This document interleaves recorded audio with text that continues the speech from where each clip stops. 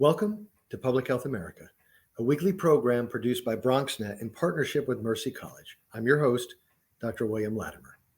Here on Public Health America, we speak with experts from an array of specialties across the liberal arts and health professions to provide you with not only the best science, but practical tips to live a healthier life. We also celebrate what studies have long documented, namely the unparalleled value of a liberal arts college education by setting the stage to pursue a career of your choice, increase lifetime earnings, and engage in civil debate. Our experts will share decisions they made and support they received that helped them to beat the odds. By sharing one or two life lessons, their stories may provide you with the inspiration and method to realize your dreams. This is Public Health America.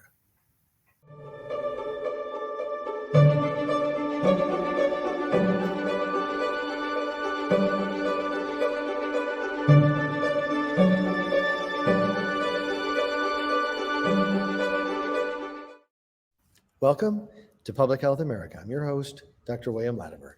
It is my pleasure to welcome with us today Dr. Josiane Broussard, Assistant Professor of Health and Exercise Science at Colorado State University. Welcome, Josiane. Hi, thanks for having me. Our pleasure, my pleasure. So I know you've been doing some cutting edge work on sleep and the significance of sleep to health. Tell us a little bit about your work. Yeah, that's exactly right. So we're really interested in this link between sleep and health. And more specifically, we know that people who don't get enough sleep or sleep at the wrong time of day have an increased risk for a variety of diseases. So that's what we study in the lab. So do a little bit of a deeper dive. Mm-hmm. What are the right times? What are the wrong times?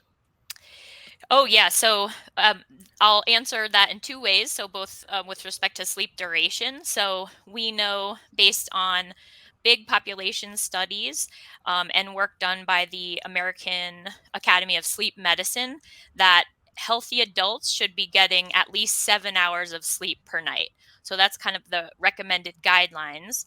As far as the time of sleep, we also know that sleeping during what we would call the biological night is considered the sort of healthiest form of sleep.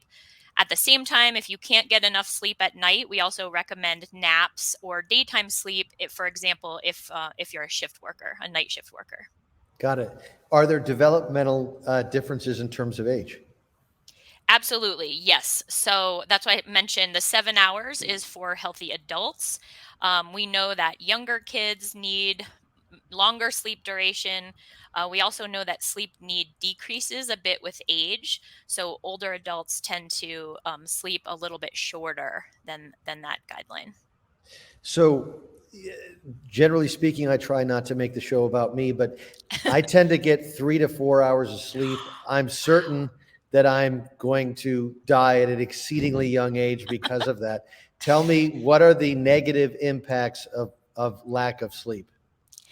For sure. So first I'll tell you that it's impossible not to make sleep about your own personal experience. So being a sleep researcher at a party, that's exactly it. It's all about people's sleep duration. So we do know that people who don't get enough sleep are at higher risk for diabetes and cardiovascular disease. That's what my lab focuses on more specifically.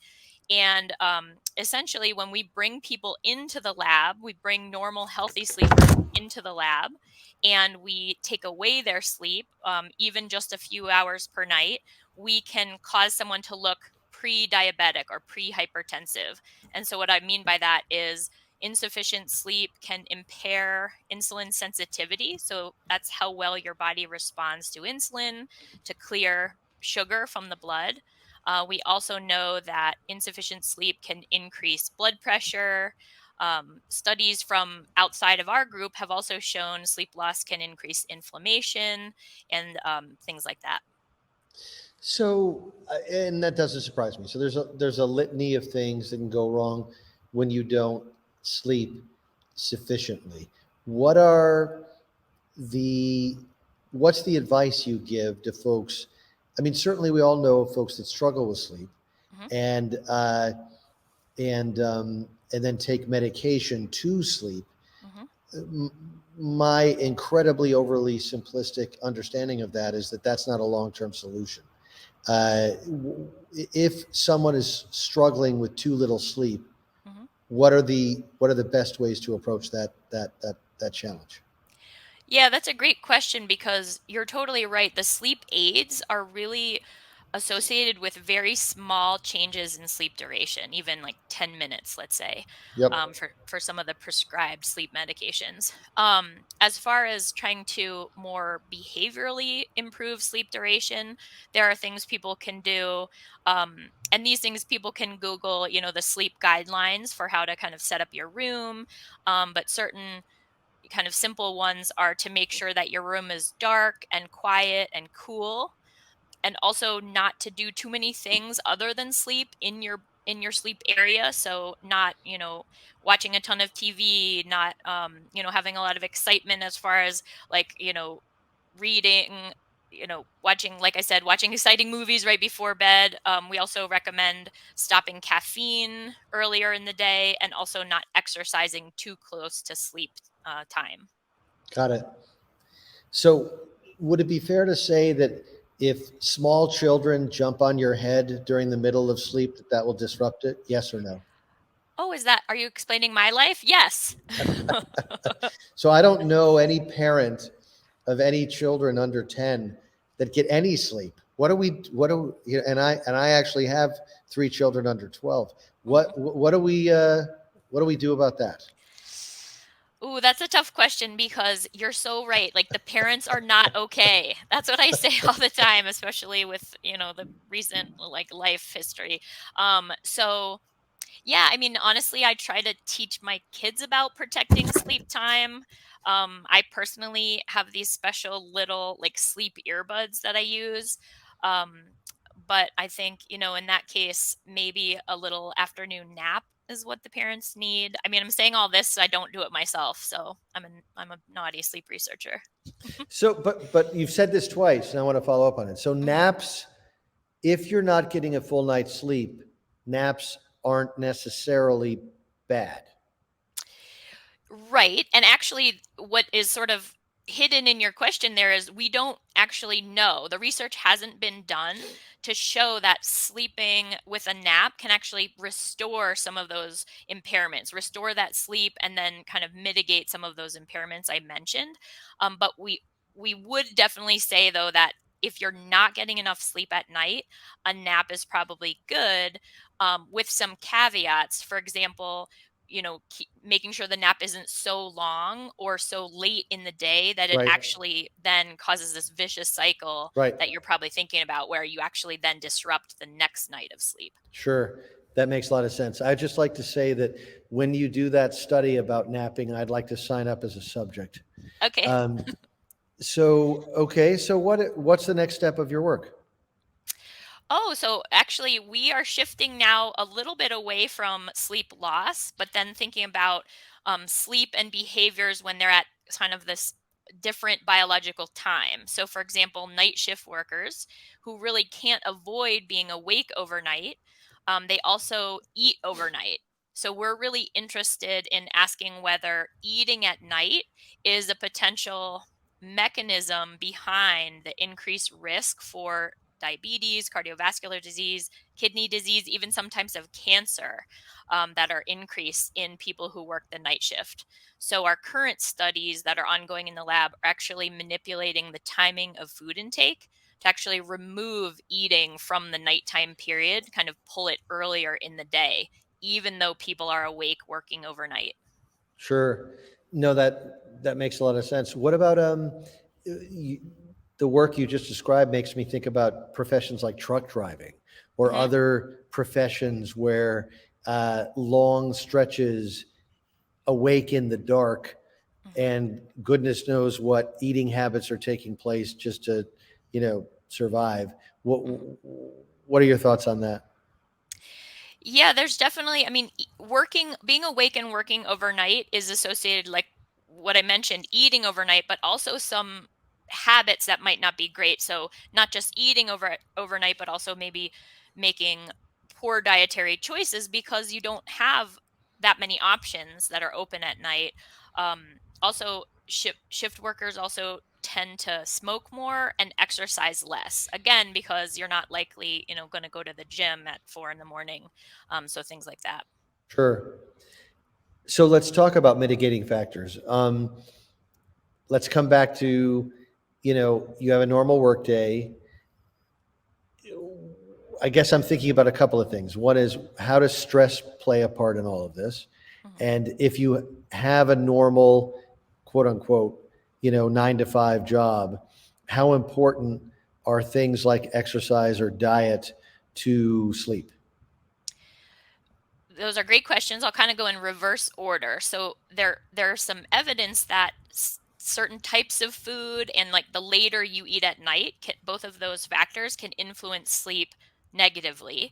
So there's been some work, some research suggesting eating very close to bedtime and also making eating less healthy close to bedtime are associated with changes in sleep architecture. So different sleep stages, kind of promoting a less restful sleep overall. You asked about the stress, so definitely stress and sleep is kind of a vicious cycle for sure.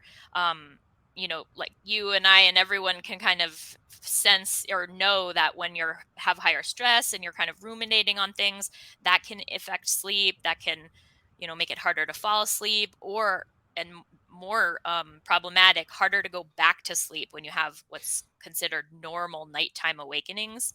If you kind of wake up and you're thinking about, what you have to do the next day and you're really stressed out, that can certainly impair sleep. Sure. So with about a minute left, Mhm. if for the listeners out there that are struggling with sleep, broadly defined, what would be the piece of advice you'd give? Oof, that's such a loaded question. It's broad. Um, I I know apologize. that's a tough one. Well, I would say because sleep concerns are so individualized and so variable, my first advice would be to talk to their primary care physician, to really start to think about what is the underlying factor. Is it not getting enough sleep because you have to wake up early, or is it because you're going to bed too late? And then kind of start from there. That would be, I mean, that's like a terrible answer, but honestly, it's just I can't, there's no broad answer that I can give. It really is so individual. Sure. So see your primary care doc and start the dive and Yep, and get it taken care of because it's so important. And that's exactly. that's a good enough answer. So we're going to take a quick break. When we come back, Dr. Josie Ann Broussard is going to tell us a little bit about her undergraduate experience and how that set her up for the excellent career that she has today. This is Public Health America. I'm your host, Dr. William Latimer. We'll be right back. You can now watch MNN, Brick TV, QPTV, and SIC TV on BronxNet. Tune in to BX Omni, Channel 67 Optimum, 2133 Fios during most Sunday evenings. We'll show you some amazing content from our friends at Manhattan Neighborhood Network, Brick TV in Brooklyn, Queens Public Television, and Staten Island Community Television. Every borough represented in the Boogie Down.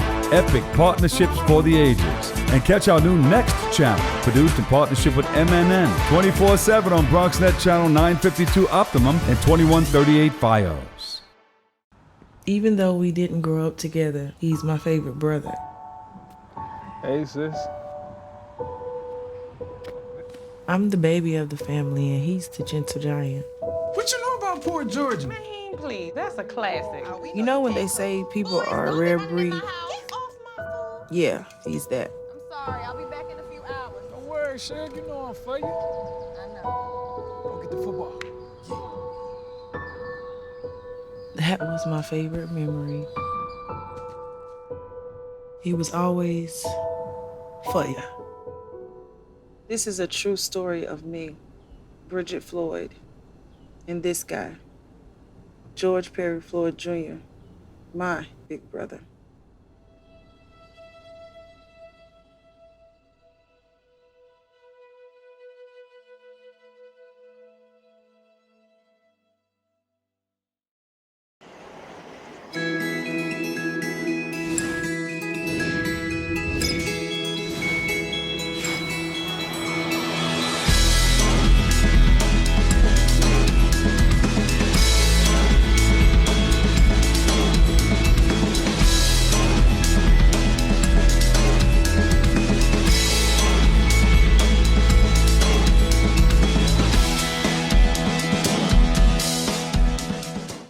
How do you know when you've made the right decision? It's the feeling you get in your gut. The one that tells you what's right or wrong. It's the one that says, sure, I can have a drink. Or the feeling that says, okay, I've been drinking. Now what? It's the voice inside you that says, I'm buzzed. Better leave the car when it's time to go. Plan ahead. Catch a sober ride. Buzz driving is drunk driving. Welcome back to Public Health America. I'm your host, Dr. William Latimer. So Josiane, we always start this segment, this part of the segment, with the same question. Tell us where you were born and some of your formative experiences. Sure. Let's see. I was born in Camp Hill, Pennsylvania, actually on the Navy base. So my dad was in the Navy when I was born. And shortly after that, we moved to Maine, which is where I grew up. And yeah, I grew up, I'm trying to think. I grew up liking science and really worked for my dad my whole life. So he had actually a staffing agency where we grew up. And so he would send me out. I was like the last woman standing as far as who was available to go out and work shifts. So I worked like every possible odd job you could imagine. I worked for hotels and not Airbnbs, but B&Bs, bed and breakfast, cleaning hotel rooms, things like that. Did a lot of administrative work for my dad. So yeah, that's just sort of grew up working all these different jobs. I liked science. I really liked art. So there was a short period of time where I wanted to be an artist. And then my dad said, well, I had to get a technical degree so that I could get a job. So that's ended up how I kind of was brought up. That sounds like a great experience and a varied experience, which is wonderful. So you're nearing the end of your high school degree. What was your decision tree look like in terms of choosing a college? Yeah, so actually we had a family friend who gave us a lot of advice about what colleges near where I grew up were really good in science. Because like I said, I was interested in science. I had no idea what I was going to do with that. So we looked all around our area, and essentially we decided that I would apply to all these schools, and I would go to whichever one gave us the most financial aid.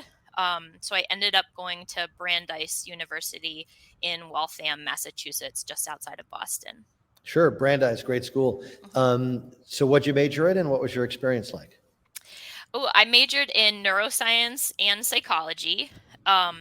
It was the perfect place for me. It was a good location. It was like 2.5 hours by a car from my house. So it was like a little bit away, but kind of close enough so I could visit if I wanted to, go visit my family. But yeah, it was great. I mean, I did all these science classes, but it was liberal arts school. So I was able to still take all of those other, not science classes. So a lot of art history and art and, like I said, psychology.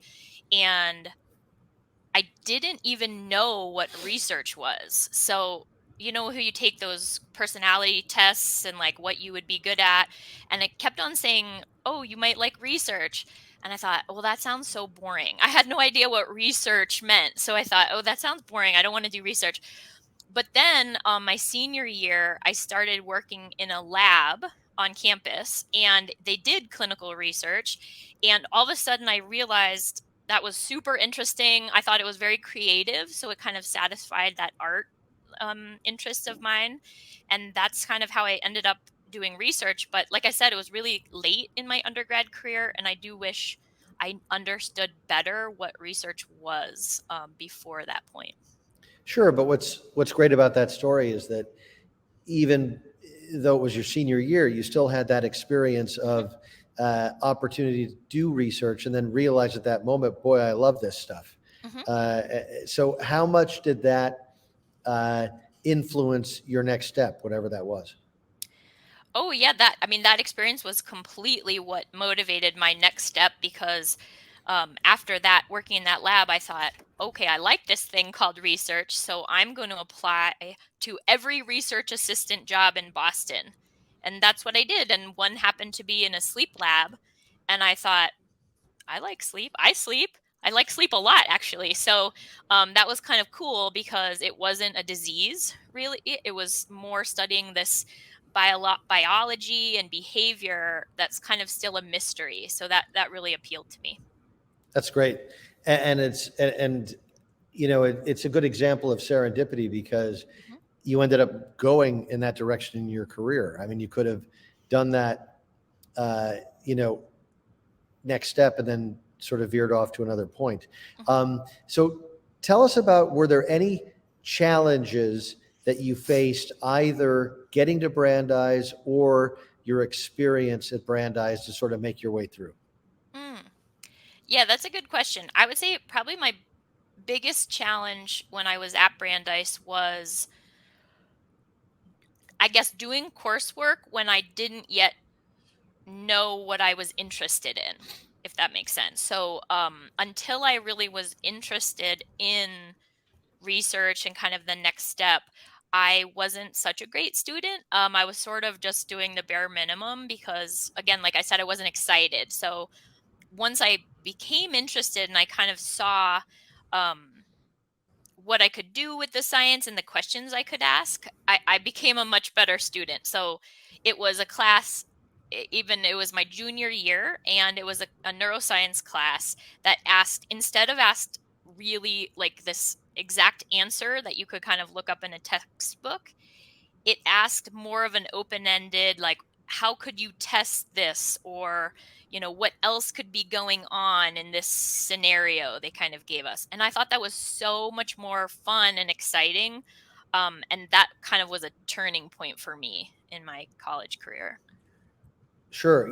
What I think is so important about what you just said that we don't get that much of, even though we've interviewed quite a lot of pretty smart people, is that those first 2 years, I mean, you made it through, you did fine, but you weren't really sure what you wanted to do. And there wasn't like this epiphany of inspiration in your freshman and sophomore year. It evolved. And then by your junior year, your senior year, you had a much more direct connect to what you were doing. So to me, the take home there, which I think is so important, is hang in there. I mean, if you're having a tough freshman year, which a lot of freshmen do, stay the course, because that you'll turn the corner and find that thing you love. Is a good chance. So let's move on. What was your next step? You did your undergrad, and then what was your next point of education? So I mentioned applying to those research assistant jobs. So that's what I did. I got a job in a sleep lab as a research assistant, and so I worked for 2 years in this medical area called Longwood. It's where Harvard Medical School is, and a lot of the hospitals associated with Harvard. And so I worked in this sleep lab for 2 years, and my mentor there, she was really open to kind of helping me take the next steps to explore graduate school if I was so inclined. And so she actually invited me to go to some conferences with the lab. And that was really helpful because I was able then to see, okay, what are other sleep labs doing? Like, what about sleep research am I most interested in? And that's how I ended up becoming interested in a little more nutrition and metabolism. And so I found this program. It was at the University of Chicago, and it was a sleep lab that was also really interested in nutrition and metabolism.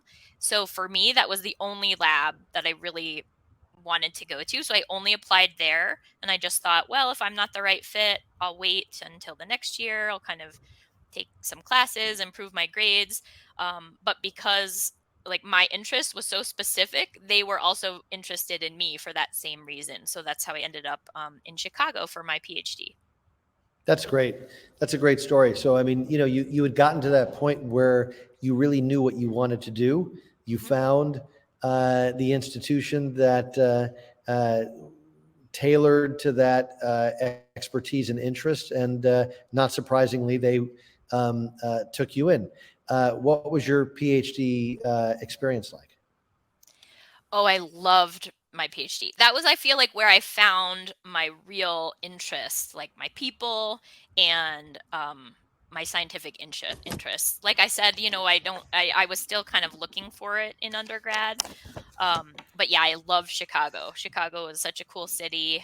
And yeah, I made lifelong friends there that I still am friends with today. And I coached lacrosse to supplement my income when I was there, and to kind of keep myself a little, not too overwhelmed with school and things like that. So that was a really good part of it too. That's great. That's great. So, we've got a lot of viewers that might be on the fence about going to college or not, whether in the Bronx or here in Philadelphia, Chestnut Hill College, where Chestnut Hill College is. If you were to give one piece of advice to either a traditional age student, 17, 18, or an adult student that's thinking about college but not really sure, what would that advice be? I think the advice would actually be to make some personal connections in your area that you think you want to go into. So for example, like you could email professors. You can start to talk about your interests and kind of see their path and how they got there. And I think you start to find that nobody has this traditional path. I mean, there isn't really a traditional path. So I think that would be my suggestion for a first step, to just sort of connect with more people, start to hear about their experiences. People email me all the time like that. And, professors are really happy to get messages like that and to write back and to make connections. And actually, my dad, when I was at Brandeis, my dad decided to go to school where I went to school, which all my friends were like, why is your dad at school with you? Couldn't he pick his own college? But that was really awesome. And he went, he had gone to the Naval Academy for college, but he came and did his PhD while I was an undergrad. So I kind of went to college with my dad. So I think, different pathways make you more interesting and more likely to bring a different way of looking at things to whatever group you decide to join. So we're happy to have people with different experiences join our team. Sure. That's great. So there's no single path. Find your own path. I want to thank Dr. Josie-Ann Broussard for joining us today and sharing her experiences and also the excellent research she does on sleep. I want to thank our viewers for tuning in. This is Public Health America. I'm your host, Dr. William Latimer. We'll see you next time. Until then, take care.